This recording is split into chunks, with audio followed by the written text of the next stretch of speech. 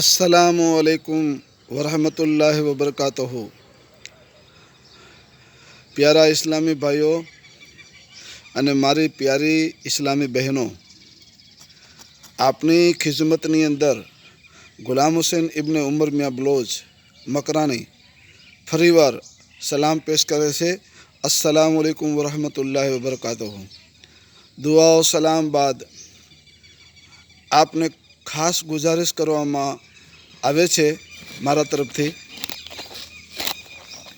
કે આ ભારતીય જનતા પાર્ટી દ્વારા આખા દેશની અંદર જે મુસલમાનો પ્રત્યે જે નફરતનું વાતાવરણ ઊભું કર્યું છે, આપણી મસ્જિદોને બુલડોઝ કરી રહી છે ભાજપ, મસ્જિદો ઉપર બુલડોઝર ફરી રહ્યા છે, દરગાહો અને આપણા મદ્રેસાઓ ઉપર બુલડોઝર ફરી રહ્યા છે અને મુસલમાનોને ખોટી રીતે જેલોમાં ગોંધી રાખવામાં આવેલા છે। એટલું જ નહીં, મોટા મોટા આલિમો મુફ્તીઓને પણ આ ભાજપની જુલ્મી સરકારે જેલોની અંદર ગોંધી રાખ્યા છે। છતાંય મારા મુસલમાન ભાઈઓ અમુક આ ભાજપની ચાલમાં ભરમાઈ જાય છે અને મુસલમાનોના ગળામાં આ ભાજપવાળાઓ ભાજપના કમરના ખેસ પહેરાવી દે છે અને પછી મુસલમાનોને બતાવે છે કે જો આ મુસલમાન અમારા ભાજપ તરફી છે।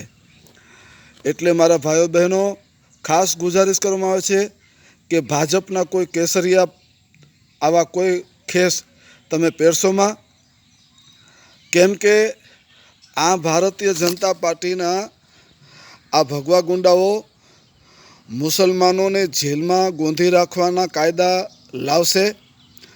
જે કોઈ મુસલમાનના ઘરે 2 બાળકોથી વધારે બાળકો પેદા થાય તેમને 10-10 વર્ષની જેલ કરવામાં આવે, એવી આ ભગવા ગુંડાઓ અત્યારથી વાતો કરી રહ્યા છે। અને હિન્દુ રાષ્ટ્ર કરશું ત્યારે ભારતની અંદર કોઈ મસ્જિદો અમે રહેવા દેશું નહીં। દરેક મસ્જિદો ઉપર બુલડોઝર ફરશે અને ત્યાં મંદિરો બનશે। મદ્રેસાઓની તો અત્યારથી જ આ લોકો માન્યતાઓ રદ કરવા માંડ્યા છે અને મુસલમાનોને કોઈ પણ સારી પોસ્ટ ઉપર નોકરી નહીં આપવામાં આવે એવી આ લોકો અત્યારથી એવી બધી તૈયારી કરી રહ્યા છે। તો મારા ભાઈઓ બહેનો, તમે જાગો। ક્યાં સુધી આ તમે આવી ગદ્દાર પાર્ટીઓ સાથે તમે ભરવાઈ કરતા રહેશો અને મુસલમાનો સાથે તમે દગાબાજી કરી રહ્યા છો? તમે મુસલમાન જો સાચા હોય તો તમે આ ભાજપના ખેસ પહેરશોમાં, નકર તમે છે ને અસલી મુસલમાન નહીં ગણાવો, ગદ્દાર ગણાશો। તમે તમારા સમાજની સાથે ગદ્દારી કરી કહેવાય। એટલે મારા ભાઈઓ બહેનો, ફરીવાર હું તમને આગ્રહ કરું છું કે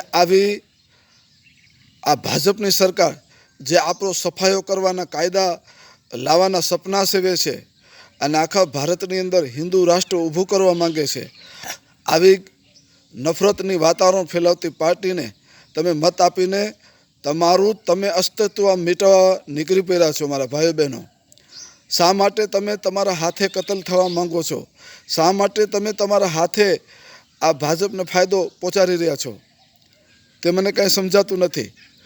અને આવા નામના જે મુસલમાનો હોય તેમને ત્યાંની સ્થાનિક મુસ્લિમ સમાજના આગેવાનો સમજાવે આવા નામના મુસલમાનોને કે ભૂલે ચૂકે ભારતીય જનતા પાર્ટીના ખેસ પહેરીને ભારતીય જનતા પાર્ટીનું કોઈ પણ કામ કરશોમાં અને એમના કોઈ પણ સભ્ય પદ સ્વીકારશોમાં અને એ લોકોને જાકારો આપજો, બરાબર? અને મારો સંપર્ક જરૂર કરજો, એટલે હું આ લોકોને જરબાતોડ જવાબ આપું। મારા ભાઈઓ બહેનો, ભારતીય જનતા પાર્ટીનો સફાયો થવો 2024માં ખૂબ જ આવશ્યક છે, નકર આ લોકો છે ને ભારત દેશનું સંવિધાન અને ભારત દેશનો ત્રિરંગો ઝંડો અને આ બધું બરબાદ કરી નાખવાના છે। આપણી રાષ્ટ્રીય કોમી એકતાને આ વેરવિખેર કરી રહ્યા છે અને કાયદો કાનૂન આ બધું અત્યારથી જ આ લોકોએ ભૂંસી નાખ્યું છે। ઉત્તર પ્રદેશની અંદર જંગલ રાજ ચાલી રહ્યું છે, એવી જ રીતે આખા ભારત દેશની અંદર આ લોકો જંગલ રાજ ચલાવવા માંગે છે. માટે કરીને ભારતીય જનતા પાર્ટીને તમે વોટ આપશોમાં.